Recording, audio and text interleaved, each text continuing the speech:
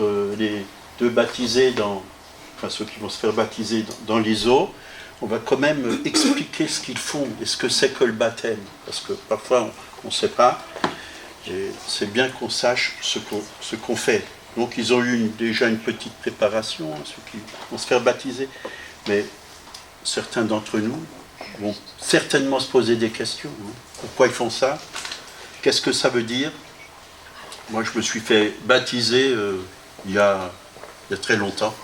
J'avais 22 ans et j'ai rencontré le Seigneur en voyageant. J'étais hippie, hein, j'étais un voyageur.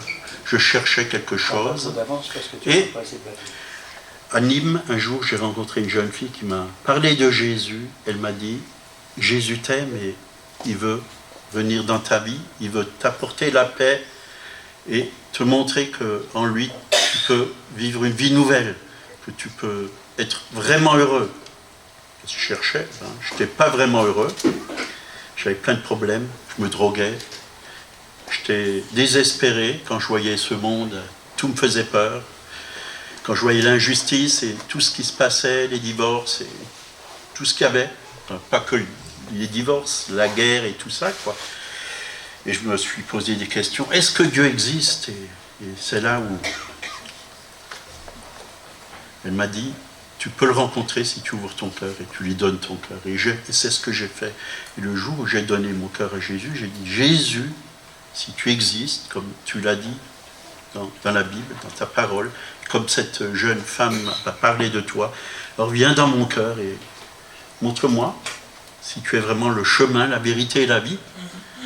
Et au moment où j'ai fait cette prière, la présence de Dieu est venue sur moi, c'était tellement fort que une chaleur qui est rentrée dans mon cœur, une paix que je ne connaissais pas. Vous savez, je fumais du hache, hein, le hashish, ça m'apportait une certaine paix, mais ce n'était pas la même.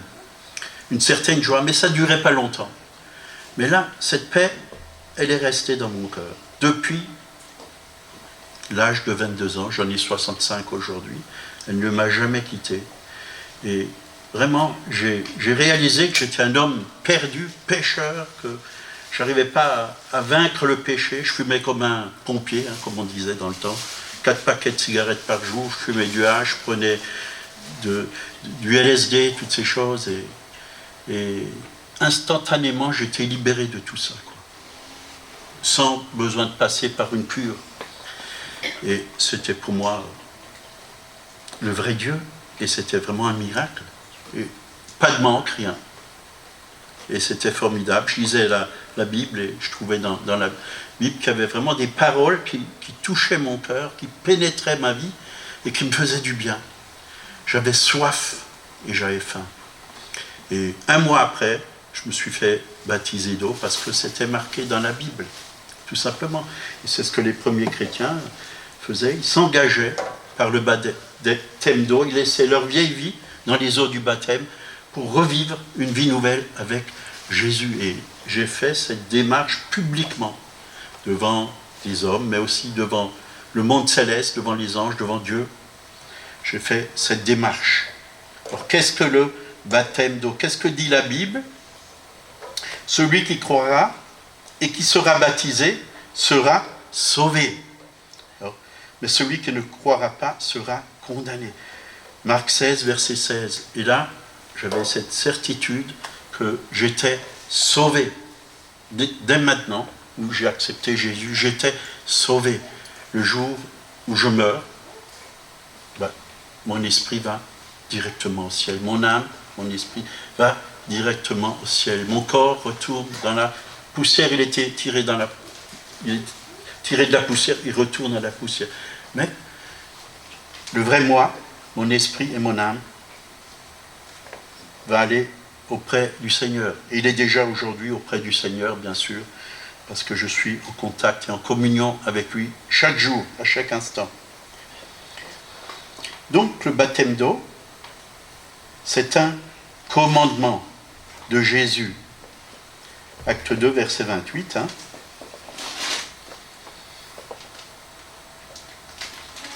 C'est un commandement.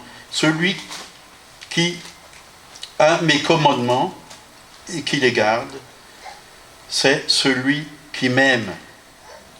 Donc, dans Actes, les premiers disciples, hein, quand Pierre, après la Pentecôte, quand le Saint-Esprit est descendu, il a prêché, il y avait plein de monde, il y avait plus de 3000 personnes, et ils étaient tellement touchés, après la prédication, ils ont dit, qu'est-ce qu'on va faire?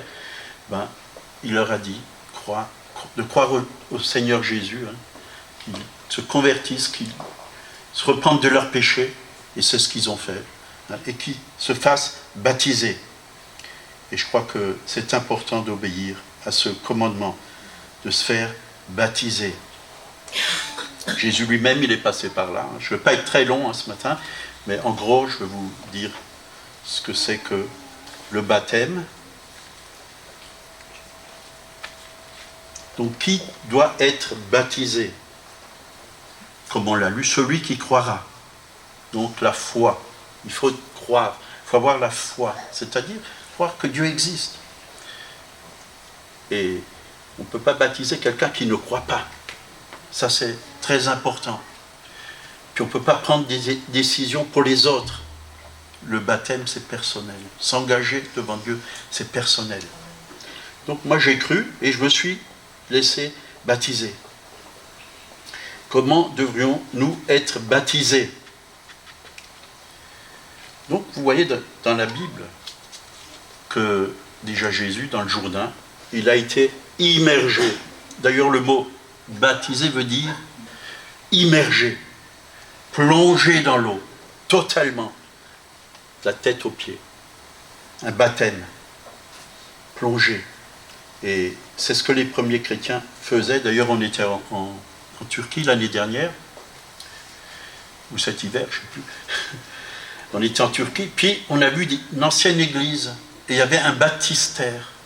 Et les baptistères, ce n'étaient pas des petits trucs où on baptise les gens avec quelques gouttes d'eau. Il y avait plusieurs marches qui descendaient, et les gens, ils se faisaient baptiser, et ils remontaient de l'autre côté. Ils laissaient leur vie, hein, ils descendaient dans la mort, parce qu'on se fait baptiser dans la mort, et dans la résurrection de Jésus, ils remontaient de l'autre côté. Et vous pouvez voir, il y a plusieurs églises encore, des premiers chrétiens, où ils pratiquaient le baptême biblique. Et c'est beau. C'est beau de voir ça parce que ça nous encourage. Donc pourquoi devrions-nous être baptisés? Pourquoi? Parce que Jésus l'a fait, hein, et il nous a aussi demandé de le faire, et on est baptisé dans la mort et dans la résurrection, c'est-à-dire que notre vieille vie, bon, il y a plein de passages, mais je ne peux pas vous le dire, notre vieille vie, elle est noyée dans les eaux du baptême. C'est-à-dire qu'on dépose notre vie de péché, pour vivre une vie nouvelle. Dans la mort, Jésus est mort pour nous à la croix de Golgotha. Hein. Il a pris nos péchés, c'est-à-dire que maintenant, on ne veut plus vivre dans le péché. On veut vivre dans la sainteté. On veut vivre avec lui. On veut vivre selon sa parole. Au lieu de haïr, on veut aimer. Au lieu de ne pas pardonner, on veut pardonner. Au lieu de désobéir, on veut obéir. C'est ça. Nous voulons vivre pour lui. Donc, on meurt. Moi, quand je me suis fait baptiser, ce que j'ai réalisé, je n'étais plus le même homme. Je ne parlais plus comme avant, parce qu'avant j'avais plein de mots grossiers dans ma bouche. Et puis, je disais des mauvaises choses sur les gens. Mais quand je suis passé des ténèbres à la lumière, j'ai commencé à aimer les gens. Même les gens que je n'aimais pas avant. Surtout la police. Je ne les aimais pas. Et puis Dieu m'a donné de l'amour pour la police. Dieu m'a dit, tu dois aimer la police. Mais il ne m'a pas seulement dit, tu dois les aimer, mais il a mis de l'amour dans mon cœur pour que je puisse les aimer. Il m'a rendu capable d'aimer. J'aimais pas les patrons, parce que je les trouvais profiteurs, mais tous les patrons ne sont pas profiteurs, puisque j'étais aussi patron par après. Mais j'ai appris à les aimer, et à prier pour eux, prier pour la police, prier pour les entreprises, prier pour tout le monde. Il y a plein de choses que je n'aimais pas, je ne vais pas tout vous énumérer, mais c'est Dieu qui transforme nos vies.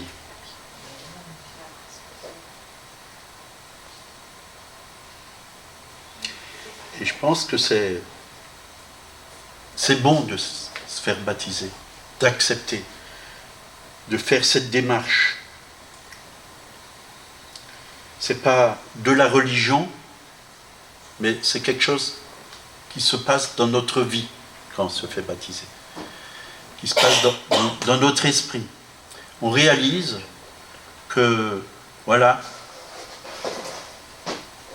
on vivait dans les ténèbres, et maintenant on vit dans la lumière. On vivait dans le péché, maintenant on veut vivre dans la sainteté. On vivait des gens, on était rebelles, on était loin de Dieu, mais maintenant on vit avec Dieu, jour après jour. Emmanuel, on réalise que Emmanuel, c'est ce Dieu qui vit dans nos cœurs, qui habite dans nos cœurs, et qui est bon, et qui nous aime, qu'il est avec nous chaque jour. Dans Matthieu 28, versets 19 et 20, Jésus dit à ses disciples, « Allez, faites de toutes les nations des disciples, les baptisant, c'est un ordre, au nom du Père, du Fils et du Saint-Esprit, et enseignez-leur à observer tout ce que je vous ai prescrit. Et voici, je suis avec vous, donc je suis Emmanuel, je suis avec vous tous les jours jusqu'à la fin du monde. » Donc c'est les disciples qui se font baptiser. Les disciples, c'est les disciples de Jésus. C'est ceux qui veulent se plier à la parole de Jésus. Vivre comme Jésus a vécu. Vivre vraiment une vie nouvelle. Jésus est notre exemple parfait. Donc c'est les disciples. Ce n'est pas une religion. Ce n'est pas simplement être des chrétiens, mais plus que des chrétiens. Parce qu'aujourd'hui, le mot chrétien ne veut pas dire grand-chose. Tout le monde se dit chrétien. Mais disciple, c'est quelqu'un qui se discipline à la parole de Dieu. Le vrai mot disciple, c'est metetes. C'est en grec qui veut dire apprenti. On apprend de Dieu, jour après jour. On écoute la parole, on écoute l'Esprit de Dieu. On marche avec la parole, on marche avec l'Esprit de Dieu. Oui, le jour de la Pentecôte, il y en a 3000 qui se sont fait baptisés le même jour. Vous voyez, c'est beaucoup. C'est beaucoup. Je vais vous lire ça. Acte 2, verset 37, ça va jusqu'au verset 41. Après avoir entendu ce discours, le discours de Pierre, ils eurent vivement le cœur touché, et ils dirent à Pierre et aux autres apôtres, « Hommes, frères, que ferons-nous » Pierre leur dit, « Repentez-vous. » Voyez, la repentance, c'est-à-dire se détourner de nos péchés, faire demi-tour, ne plus marcher sur le chemin qu'on marchait avant, le chemin du péché, mais se tourner vers Dieu et marcher avec Dieu. Repentez-vous et que chacun de vous soit baptisé au nom du Seigneur Jésus pour le pardon de vos péchés. Dieu pardonne nos péchés et vous recevrez le don du Saint-Esprit.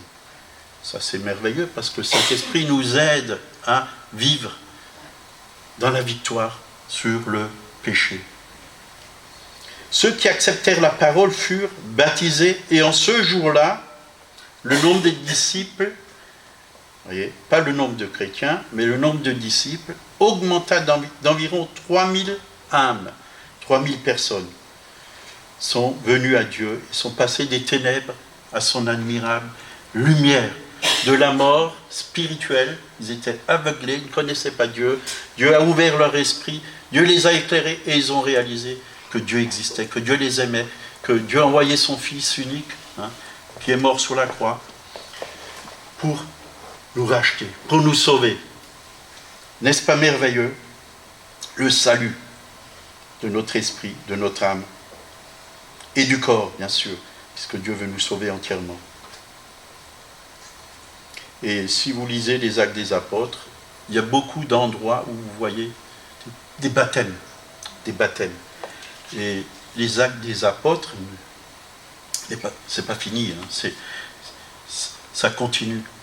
L'Église aujourd'hui, avec un grand E, quand je parle d'Église, c'est pas avec une étiquette, ça n'a rien à voir avec les catholiques, les protestants, les évangéliques et tous les hic.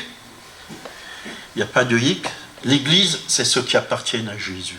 L'Église, ce n'est pas des pierres de bâtiment, mais c'est des pierres vivantes. Nous sommes, celui qui a accepté Jésus, il est l'Église. Elle est bâtie de pierres vivante. C'est spirituel. C'est spirituel. Et c'est vrai qu'il y a plein de passages. Corneille, Paul qui s'est fait baptiser dans les Actes des Apôtres. Il y a, quand Philippe a prêché, il y a aussi cet homme, l'eunuque. Hein. Il a reçu la parole et directement, hein, il était sur un char, et il y avait de l'eau, il a dit est-ce que je peux me faire baptiser? Et Philippe lui a dit, si tu crois, hein, c'est possible. Et il y avait de l'eau, il se l'est rentré dans l'eau de baptême. Et ça peut se passer dans une rivière, ça peut se passer dans un baptistère, dans une baignoire, ça peut se passer à la mer. Qu'importe le lieu, l'important c'est d'obéir et de le faire. Voilà.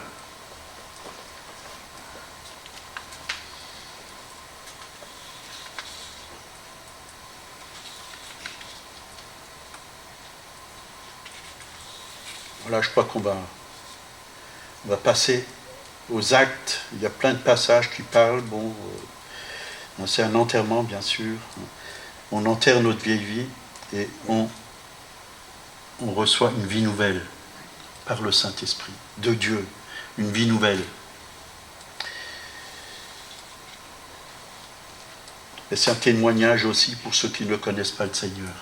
C'est pour ça, ceux qui vont se faire baptiser, ils vont vous dire pourquoi ils le font. Comment ils ont rencontré le Seigneur. C'est des personnes qui ont cru, qui se sont repentis et qui obéissent maintenant à l'ordre de Dieu. Ils laissent leur vieille vie ou leur vieil homme pour vivre avec Jésus, qui est le nouvel homme qui habite en nous et qui vit en nous. C'est aussi une séparation de la vie ancienne. On coupe avec la vieille vie. C'est quelque chose de tout nouveau qui n'a jamais existé avant. C'est une vie toute nouvelle qu'on découvre. Et on peut avoir 30 ans de vie avec le Seigneur et chaque jour, on découvre des choses nouvelles. Dieu nous fait découvrir des choses nouvelles. On ne s'ennuie pas avec le Seigneur. Moi, je ne m'ennuie pas avec Dieu. Et je n'ai jamais regretté d'être venu à lui. Et je veux continuer à marcher avec lui jusqu'au bout. Il y a un chant qui dit « Jusqu'au bout, je veux te suivre ». Mais il faut que ça soit vrai. Parce qu'il y a des personnes, ils se font baptiser, puis un an après, on ne les voit plus. Ils sont retombés dans leur vieille vie et recommencent à vivre nouveau, n'importe comment. Voilà, on va passer à l'acte.